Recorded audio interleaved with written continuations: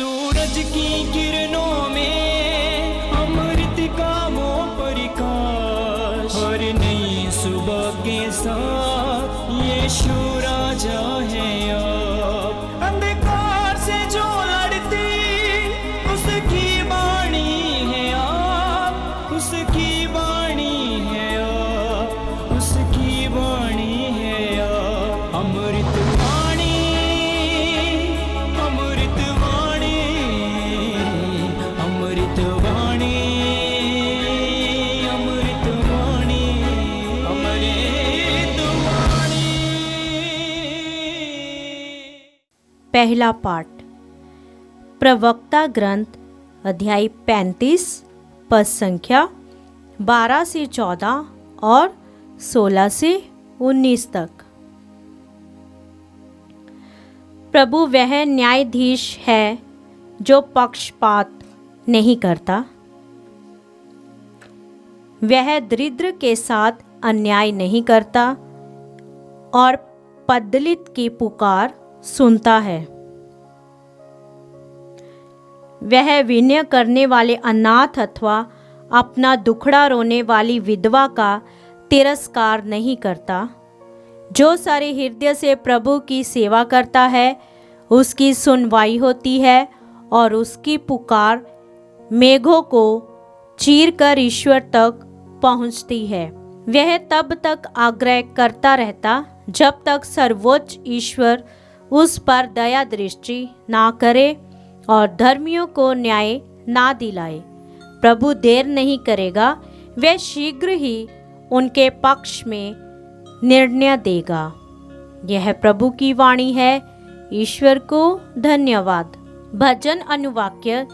दीनहीन ने प्रभु की दुहाई दी और प्रभु ने उसकी सुनी। दीनहीन ने प्रभु की दुहाई दी और प्रभु ने उसकी सुनी। मैं सदा ही प्रभु को धन्य कहूँगा। मेरा कंठ निरंतर उसकी स्तुति करेगा। मेरी आत्मा प्रभु पर गौरव करेगी। विनम्र सुनकर आनंदित हो उठेंगे। अनुवाक्य। दीनहीन ने प्रभु की दुहाई दी और प्रभु ने उसकी सुनी। प्रभु कुकर्मियों से मुंह फेर लेता और पृथ्वी पर से उनकी समृद्धि मिटा देता है। धर्मी प्रभु की दुहाई देते हैं, वह उनकी सुनता और हर प्रकार की विपत्ति में उनकी रक्षा करता है। अनुवाक्य। दीनहीन ने प्रभु की दुहाई दी और प्रभु ने उसकी सुनी।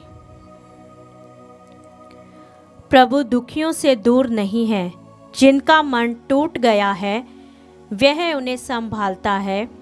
प्रभु अपने सेवकों की आत्मा को छुड़ाता है। जो प्रभु की शरण में आता है वह कभी नष्ट नहीं होगा। अनुवाक्य।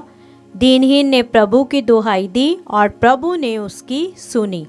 दूसरा पाठ तिमोथी के नाम संत पौलुस का दूसरा पत्र अध्याय 4 पद संख्या 6 से 8 और 16 से 18 तक। मैं प्रभु को अर्पित किया जा चुका हूँ। मेरे चले जाने का समय आ गया है। मैं अच्छी लड़ाई लड़ चुका हूँ, अपनी दौड़ पूरी कर चुका हूँ और पूर्ण रूप से ईमानदार रहा हूँ। अब मेरे लिए धार्मिकता वह मुकुट तैयार है जिसे न्यायी विचारपति प्रभु मुझे उस दिन प्रदान करेंगे। मुझको ही नहीं बल्कि उन सबों को जिन्होंने प्रेम के साथ उनके प्रकट होने के दिन की प्रतीक्षा की है। जब मुझे पहली बार कचहरी में अपनी सफाई देनी पड़ी तो किसी ने मेरा साथ नहीं दिया। सबों ने मुझे छोड़ दिया। आशा है उन्हें इसका लेखा देना नहीं पड़ेगा, परंतु प्रभु ने मेरी सहायता की और मुझे बल प्रदान किया जिससे मैं सुसमाचार का प्रचार कर सकूं और सभी राष्ट्र उससे सुन सके। मैं सिंह के मुंह से बच निकला। प्रभु मुझे दुष्टों के हर फंदे से छुड़ाएगा। वह मुझे सुरक्षित रखेगा और अपने स्वर्ग राज्य तक पहुंचा देगा। उसी को अनंत काल तक महिमा। आमीन। यह प्रभु की वाणी है। ईश्वर को धन्यवाद। जय घोष। प्रभु कहते हैं, मेरी भेड़ें मेरी आवाज़ पहचानती है, मैं उन्हें जानता हूँ और वे मेरा अनुसरण करती है। हालेलुया। संत लूकस के अनुसार पवित्र सुसमाचार अध्याय 18 पद संख्या 9 से 14 तक। कुछ लोग बड़े आत्मविश्वास के साथ अपने को धर्मी मानते और दूसरों को तुच्छ समझते थे। यीशु ने ऐसे लोगों के लिए ये दृष्टांत सुनाया। दो मनुष्य प्रार्थना करने के लिए मंदिर गए, एक फरीसी और दूसरा नाकेदार। फरीसी तनकर खड़ा हो गया और मन ही मन ये प्रार्थना करने लगा, हे ईश्वर, मैं तुझे धन्यवाद देता हूँ कि मैं दूसरे लोगों की तरह लोभी, अन्यायी, व्यभिचारी नहीं हूँ, ना इस नौकर की तरह मैं सप्ताह में 2 बार उपवास रखता हूँ और अपनी सारी आय का दशवान चुका देता हूँ। नाकेदार कुछ दूरी पर खड़ा रहा, उसे स्वर्ग की ओर आंख उठाने तक का साहस नहीं हो रहा था। वह अपनी छाती पीट पीट कर ये कह रहा था, हे ईश्वर, मुझ पापी पर दया कर।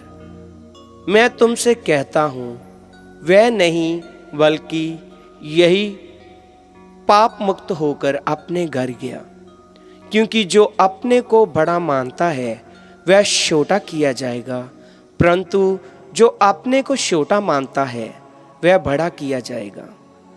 प्रभु का सुसमाचार। क्रिस्त की जय।